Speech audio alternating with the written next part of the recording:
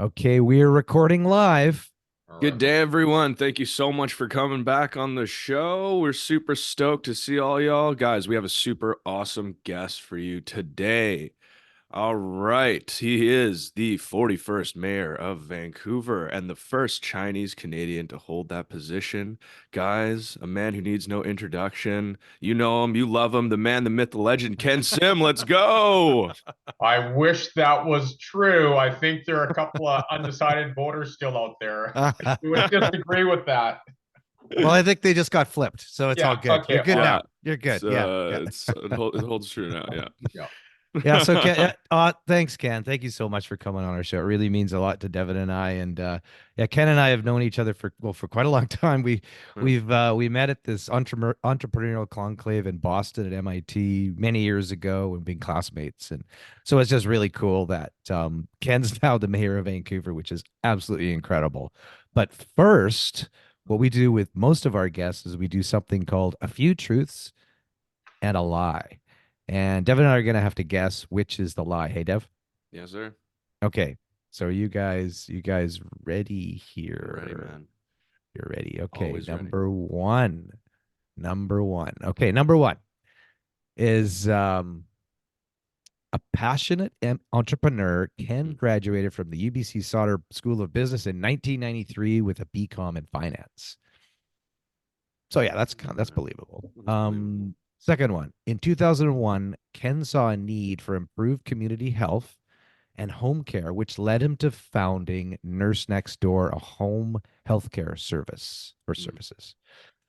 So that's cool. Next one. Ken and his wife have 4 sons, and they were all circus performers. The sons. Wow, man, that's kind of like you, Dev. Very interesting. Those are all true. Like, what? Yes. Or maybe they're all false. Yeah. Actually, it's funny. I forgot about this. I actually came up with 2 truths and a lie myself. So, Oh, okay. Well, you can throw that in too. Okay. okay. So then in 2006 and 20 and also 2016, Ken was the recipient of the Ernst and Young Entrepreneur of the Year award. So twice. Okay. Yep. And last one here, Ken has a bagel for lunch every single day. Gotta love them bagels. So that's what we got here. So what are you thinking is the lie, Dev? I mean, UBC School of Business, founded Nurse Next Door. yeah, no, I believe that. 4 sons that are circus performers. Maybe not the circus performers and a bagel every day. That's And a a lot of bagel every bagels. day. But you know what? If I could have a bagel every day, He I'd does have like a bagel chest. business too. He has Rosemary Rocksalt bagels. I hear noticed. it's like a part of a very balanced diet, having at least 1 bagel a day, if not 4. See, there he's But he's there's only a promoting his certain place bagels. that you should go to, Siegel or Rosemary Rocksalt or Siegel's Bagel. Oh, we're not allowed to drop names here, are we? All right, You can sorry. Oh, drop we whatever you can. like. All All right. Rosemary right, rock so salt, everybody. Yeah. Rosemary Rocksalt. Yeah, exactly. So what? So what is the lie or lies? I Ken mean, or Devin? Sorry. What do you think? the sons as circus performers, I'm guessing, Yeah. but Yeah. I'm gonna go for he doesn't actually have a bagel every single day. I oh, think come on. I mean, I know he has a bagel business, but I love bagels. I Yeah, love you're bagels. you're correct on both fronts. Except for I do feel like it is a circus at my house every single day. So except for they don't perform. So there you go. That's the lie. It's a circus, but they don't perform. Yeah. I do have bagels from time to time, but not every single day. Actually, the 2 truths and I have for you. Yeah. Yeah. Let's go for it. So in no particular order, Yeah. I won a radio contest. Uh-huh.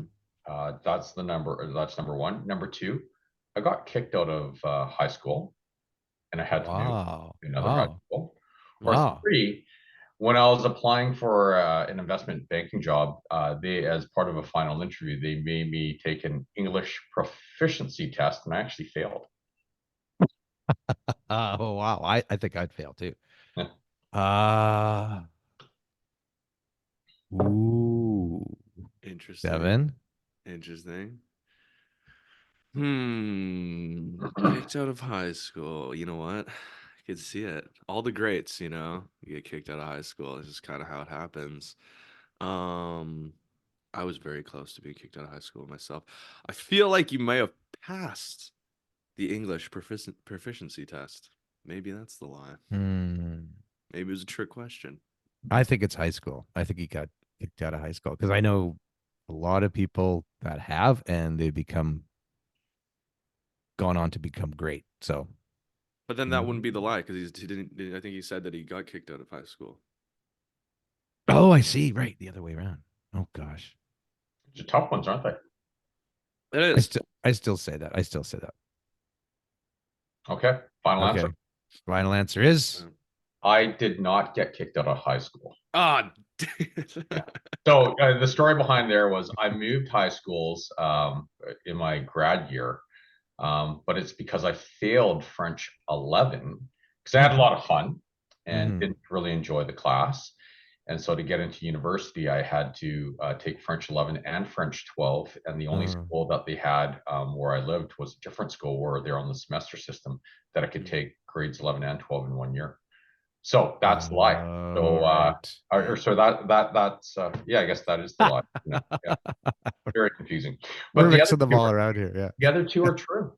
Like literally, when I was I remember flying out to Toronto, meeting everyone at this investment bank who I Yeah. won't name, and as a final part of my interview process, they made me read a research report and write write an essay on it. And Yeah. I was the only person they ever did that for, and because they're checking my English abilities, and it's like, wait a sec, I grew up here. My second language is French, man. Like, and you all met me. Like, what's going on here? And I did fail it, and I found out they actually hired me much later because they're really desperate. And it turns out one of the administrative assistants, who was such a nice person, she felt badly for me because I wrote my essay out, so she typed it all out. But she was a terrible typist, so she put like hundreds of errors in this thing. So they saw that.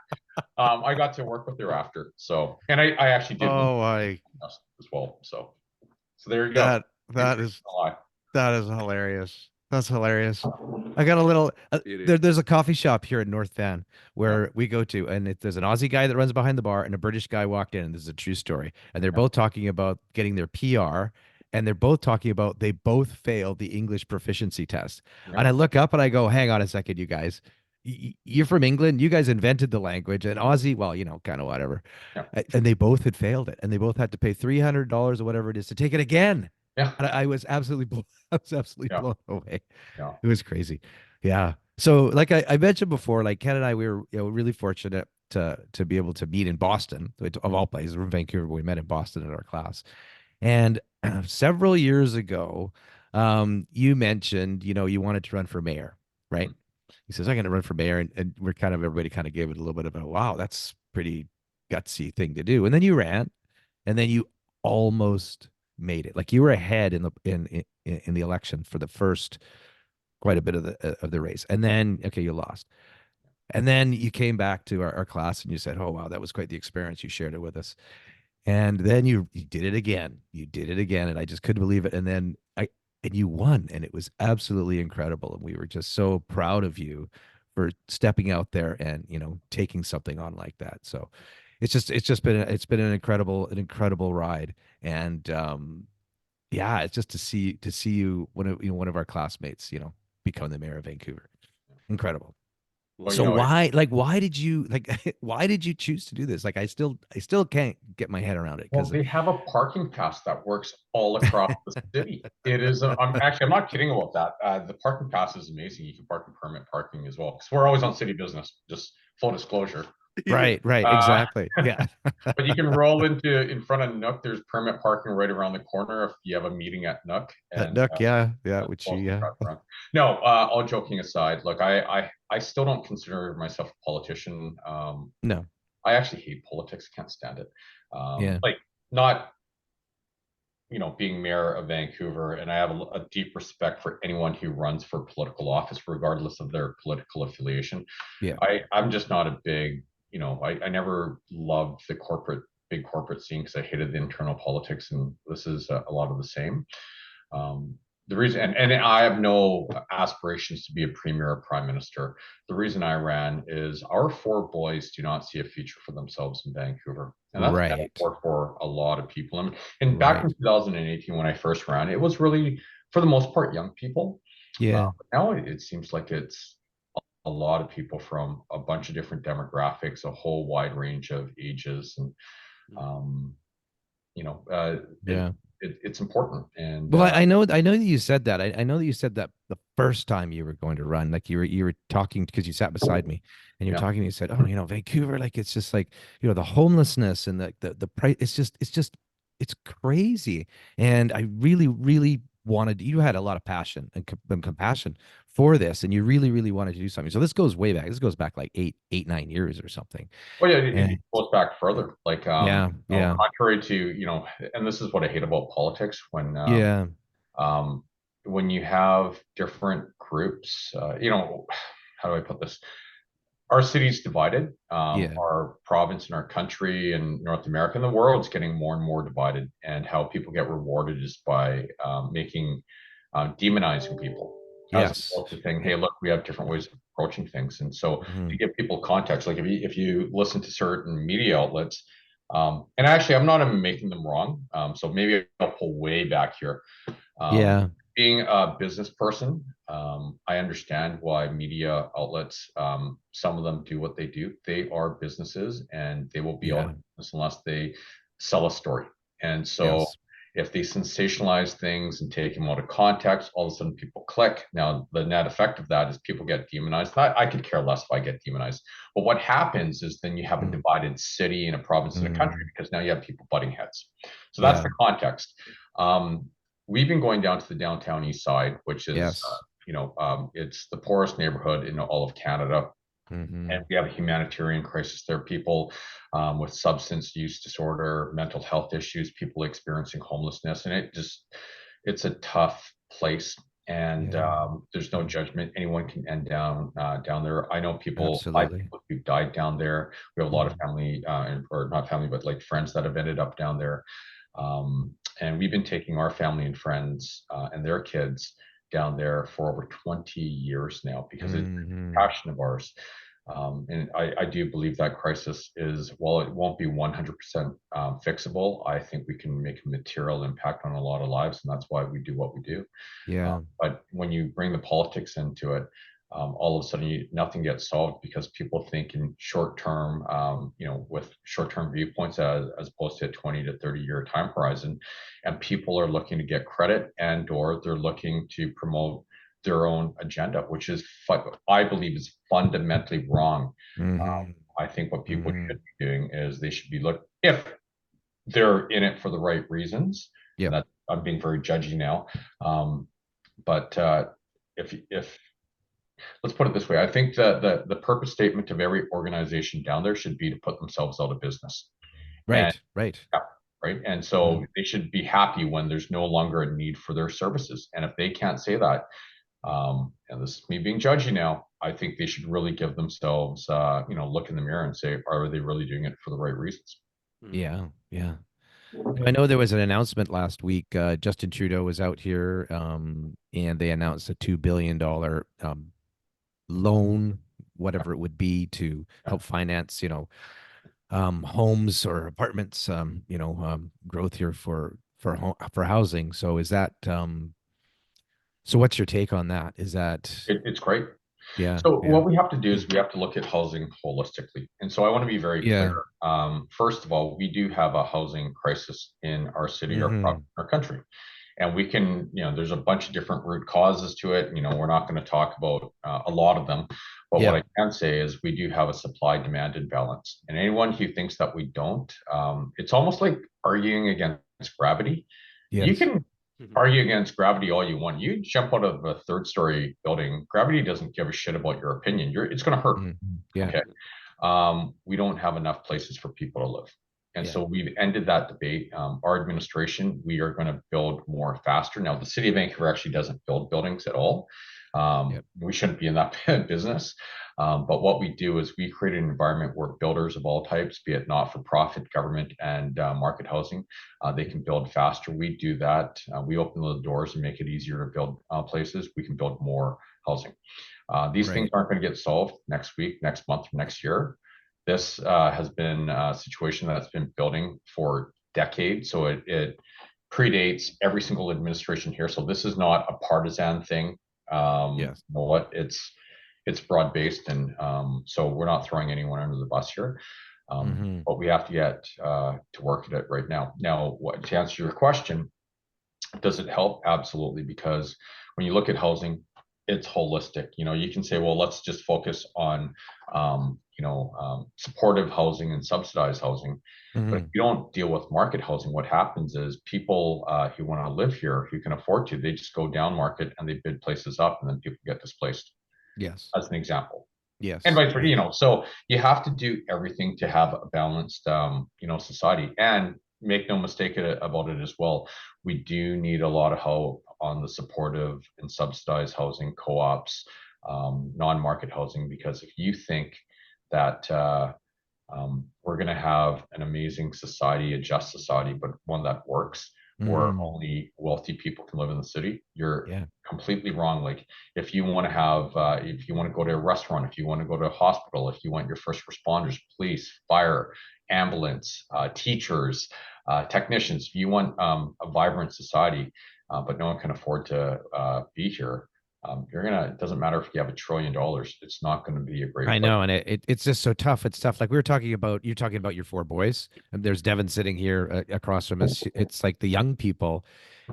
We think all the time, how the heck are they ever going to afford, something? And now, I mean, there's commercials on the TV that, $3,000 a month for rent for a 1-bedroom apartment, and Yeah. it's completely become insane for us. It's kind of okay. We've kind of grown up with the real estate the way that it's been flipped. But the younger people, the younger generations that are coming up, it's really, really tough. Yeah, and it's absolutely brutal. So we have to get more aggressive. And I say this with a lot of respect. But, people that value, archaic view cones, or they don't want to see more than 10 stories or 20 stories over a subway station. And I say that respectfully because it doesn't make them wrong. Right. But, where I'm sitting from and where our team's sitting from, we value people's ability to actually live in the city that we love over, that view, the one time, every 6 months I go by, let's say, Granville and Broadway, and I can't see, a view for like 13 seconds as I'm driving down the street. Come on. Yeah. Right? Like, it's absolutely ridiculous, in my opinion. I'm not trying to make anyone wrong here. Yeah. But like, we're talking about people's lives. Yeah. And so, I mean, I've been fortunate, like you, Ken and Devin, like to be able to travel a lot and to travel a lot to a lot of different cities in the United States and Canada and all around the world. And some of these places are just like, waste zones in the downtown area. Houston, for example, like nobody lives in Houston. Everybody lives in the suburbs, out in sprawls for miles and miles and miles. Vancouver is an amazing city for living in the actual city. And our bike routes and our the pedestrians, it's got this vibe, it's got this thing going for it. It's a livable city. And I agree with you, like, higher density in those areas, it's just somewhere where people want to go. It's not where people want to just vacate. As soon as it's 5 o'clock, they take off and they head 20 kilometers out of town to wherever they're living. Like it is a very livable city. It's just, right now the rents are very, very. well, like, I'm sure you want to talk about a bunch of other things, but just to hammer one last thing home, these are all opportunities. Yes. And so I've had the benefit of living here most of my life. I've moved around a few times. Like, I lived in different cities, but Vancouver is home. And so I remember this place in the 70s and the 80s. Yeah. And I remember people were losing their minds over 666 Burrard, which is Park Place. And it was so tall, they had to buy the air rates from the church next door, right, on Georgia and Burrard. And you talk to anyone now and they're like, where's that building, Park Place? They don't even recognize it, right? It's only 32, 33 stories. Or you look at Olympic Village, right? Like, they popped up the village. It's a vibrant neighborhood. It's awesome. It's a fantastic neighborhood. Jericho, I've seen the mock-ups of it. Some people are worried about, well, there's going to be some views. There's going to be, 3 big towers there. Most of the people can't see the towers anyways. Right now, it's just an unutilized, massive piece of property, and they can build it with a lot of thought holistically, and they're building a whole community. I've seen the mock-ups. I want to live there. It's going to be Hmm. absolutely amazing. And I think of, the narrative, like let's say a retiring someone a retirement a couple that's retiring actually maybe in their 70s, Yeah. um, living in Dunbar. This is actually a very common story. They're selling their house, they're downsizing, but there's nowhere to move, and all their Hmm. friends moved away because they can't afford something that meets their new lifestyle. Yeah. They move away. And I just look at Jericho, and if that thing was built, they could move, stay in the city that they love. They can see their kids and their grandkids grow up probably in the same neighborhood. Their health outcomes will be better because it's not the place that you live, but it's the community that you have. Right. It's a win-win-win. And Hmm. so the narrative's starting to change on that, and we can't wait to see that property, that development built as an example. So we're going to get really aggressive on Hmm. creating an environment where we can build more faster, so all generations can, have the hope of calling Vancouver home. Because I can Yeah, tell we you, can coexist in a yeah, community. Yeah. I'll leave you with one last thing I promise. Back in 2018, you know, I spoke with a lot of people, the younger generation, they were angry. It's like, you know what? Mm. I don't have an opportunity to live in Vancouver. What's changed this time around, 2022? The younger generation's given up hope. They're like, all my friends have moved away. I don't see a Ah, future for myself in Vancouver as well. So we have a lot of work to do, and we're going to get really aggressive on doing that work. wow. Yeah. Hey, I Devin, what don't do know, you, Devin, would you Dev, would you yeah. agree with that comment? Oh, absolutely. Yeah, no, it's like I stepped away from like working 9 to 5s a while ago and started to like make our own company and then do the entertainment side of things and really working towards something. And I feel like if I obtained this goal, I don't know, 20 years ago or maybe a little more, I'd be like, oh, this would be like a livable standard. So basically, I just well, I moved to Richmond. The rent's cheaper out here, Yeah. so it's not too bad. So my it's all good. But like to really think that I can do what I'm doing now, like I live nicely, but like if I want to have like a kid or buy an apartment one day, Yeah. it's almost like it's almost like a ludicrous dream to even think Yeah. that's Mm. possible without like financial support from my like family or something, right? Yeah. Mm. Um, so yeah, absolutely, the fact that like yeah, most of my friends who have made good money or worked for like the docks or did some big work up in Alberta or whatever they're doing, they've mostly moved away. They've gone up to like 100 Mile and like bought a piece of land and like are slowly building property. So Mm. most people that I know that own anything is not even close to in the city, Yeah. all up in you Yeah. know but Wow. yeah, no, it's definitely a tough thing to really think about because like I love it here. This is totally my home, and I've been so fortunate. My family's taken me a lot of travels and I've seen a lot of the world, but it's still always like this is the place I want to be. It's like the most exciting place. Um, entertainment wise, just like the mountains, skiing, the canyon, go swimming, the beaches, you can go to Tofino, you can go surfing. Like Yeah. this is a spot that I want Mm. to live, but like, am I just gonna rent until I'm, you know, Yeah. until I'm an old man? I don't know. So yeah, Yeah. but I Yeah. agree. Yeah, It it's is. It's it's it very is good. it is yeah. It's tough. And then with Devon too, we were talking just before we got on here. Vancouver, labeled several years ago. I don't know if it is now. Is like the no fun city, right? No fun city. It's not everything shuts down. Everybody's off in the mountain skiing and all this stuff.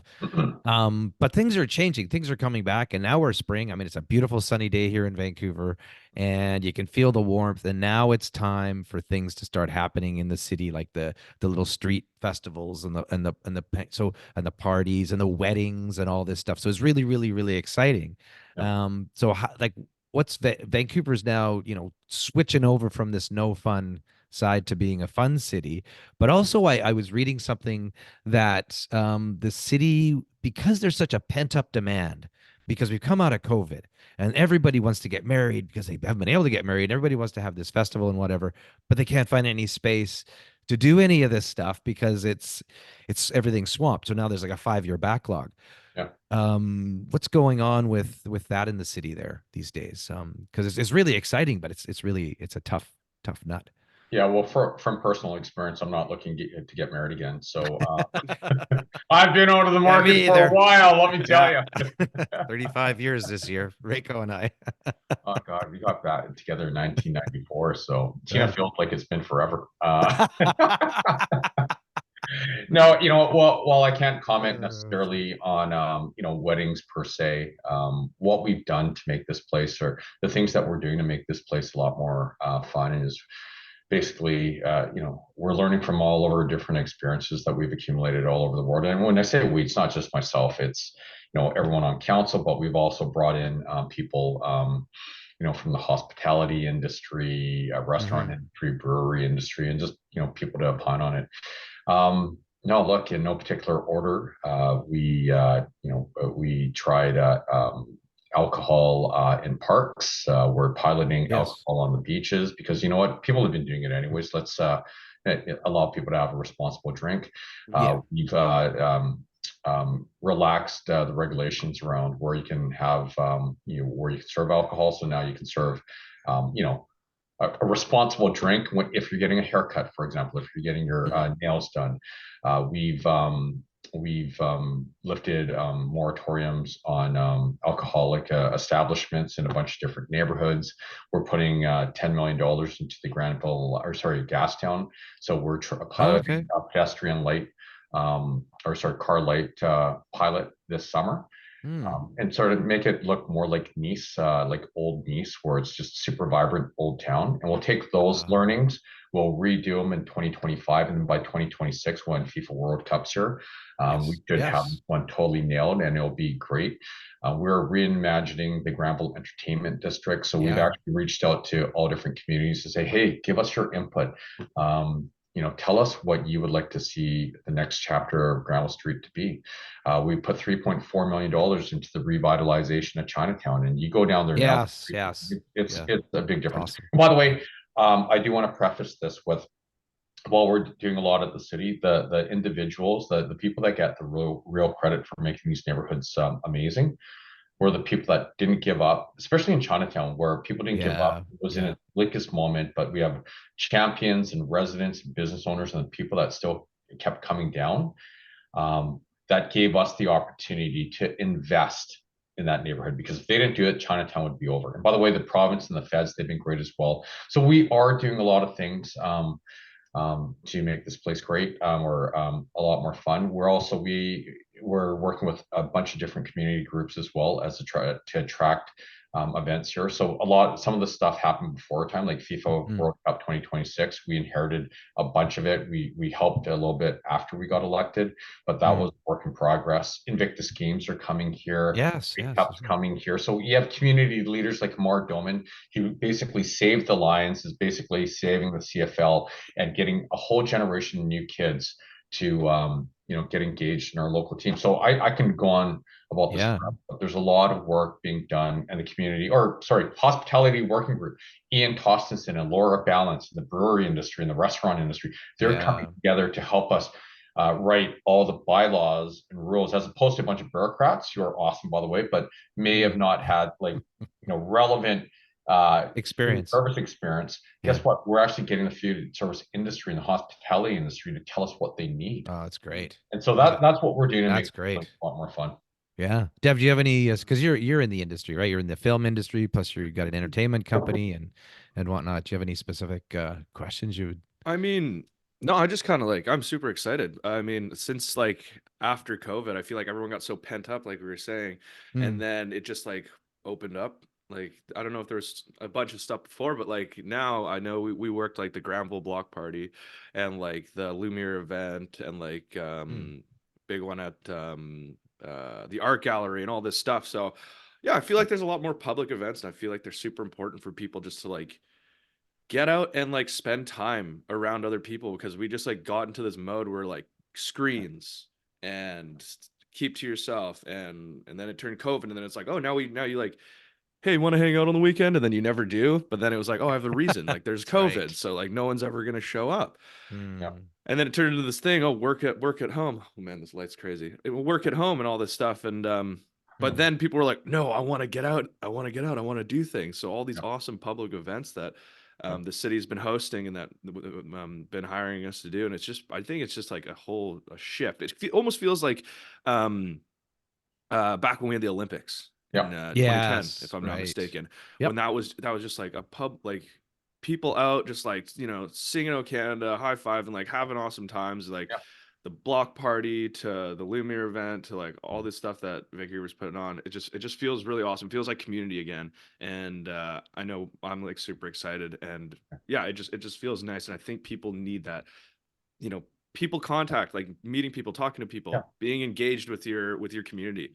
So, and I'm just excited for all Yeah. this stuff for the Well, future. and that's what we're trying to build. Mm, And Hmm. so, look, I'll go back to my four boys, which is basically a Yeah, metaphor for entire communities. right. sure. And I want to qualify this because we are acutely aware of how dire the housing crisis is. Mm, Okay. And so Hmm. I do not want to take anything away from that. Um, Yes. if let's say we solved housing 100%, and that if is basically almost a definite no, because there will be challenges in Vancouver 20, 35, 50 years from now. Yeah. Anyone who says otherwise is probably lying to you because Hmm. housing has been a challenge, but I still believe we can make a material impact on it. right. But let's say we do that. If we don't make this place fun to be a part of, and have opportunity where people can work in a career that they enjoy, we're not going to have a Vancouver. And I say this very respectfully to Detroit. If housing affordability was the only thing out there, Detroit would be one of the best cities on the planet. And it's not a Yes. knock against Detroit, very No, far from no. it. Okay. Yeah. But what I'm saying is, I'm just pointing to them as an example. Like, you don't see a lot of people flocking to Detroit over, let's say, something on the West Coast or somewhere in Europe, Mm, because it's more than just about attainable housing. Like, if we don't figure out attainable housing, we're dead in the water. But we have to think bigger than that, and that's what we're trying to create. Hmm. So, right on. I love it. I love what you both are saying and about community. And I know that we were really fortunate. We've spent a little bit of time in Italy and Spain and places like that. And it's really, really interesting to watch at around 5 or 6 o'clock in the evening, like all the apartments and everything. Then you have the piazza where everybody comes out, the grandparents, the grandkids, and they all are there, and the kids are playing, and the grandparents are, and it's this amazing sense of community. Mm, And I think that's what you're saying here with, Jericho and Kitsilano and all these areas around Vancouver. We have the buildings, and then just the people on the street. And what Devin was saying, like coming to these little festivals, these street festivals, you're out there greeting your neighbor, and yeah, it brings back that sense of community. It seems like over the past 30 or 40 years, we've gone away from that. We've isolated ourselves in these buildings, and nobody talks to each other, and just to bring that back. And that's what I see in Vancouver. Like Reiko and I, since COVID has ended, we've been going to as many little shows, concerts, festivals as we can. And Devin's performing all the time. So we're always down watching. And we've never really done that. And it just feels this sense of community. And I right. think that's what it's all about. It's that building that sense of community. And then once you build a sense of community, everything naturally happens because we all start looking after each other as opposed to yeah, putting each other, us against them type thing. And yeah. Well, yeah. it's maybe this is a bad example, Mm, but think of our community when we go to that thing yeah. every year. Yeah. That's Yeah. our community. So it's no different. Like, Our now, community. unfortunately, we have to travel somewhere every year to do that. Can you imagine if we had the Yes. community right here in our I backyard? know. I know. I Yeah, know.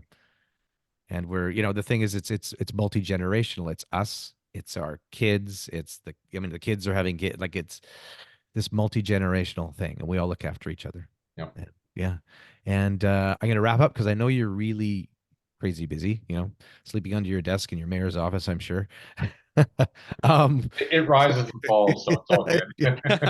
But I just want to say thank you so much. But I want to say thank you, Ken. Also, we're talking about you're coming out on Thursday night. We're doing a big fundraising event at Covenant House downtown that works with the at-risk youth of Vancouver, the homeless at-risk youth, and they've just an amazing. I've been fortunate enough to work with lots of nonprofits and volunteering with these guys for like 8 or 9 years now, and it's incredible. And you're going to come out for that evening, and it's this Thursday night at Covenant House there. So yeah, thanks for all that you do and for taking that huge step and taking that huge leap and running for mayor and doing it. And yeah, I just can't imagine the job. I mean, you kind of shrug it off as, but it's an incredible undertaking, and we're very, very proud of you. Well, thanks. Appreciate it. And look, I'm not alone. I'm only one small part Right. of an incredible team. And so, you know, it makes it a lot easier. Any last questions or words, Devin or Ken? Well, No, well, look, Everybody's good. just Yeah. show up to your audience, show up on Thursday. Covenant House is absolutely amazing. And it gets to the root cause of a lot of Yes. challenges, and it intercepts people at risk, and prevents them from ending up in places like the downtown east side.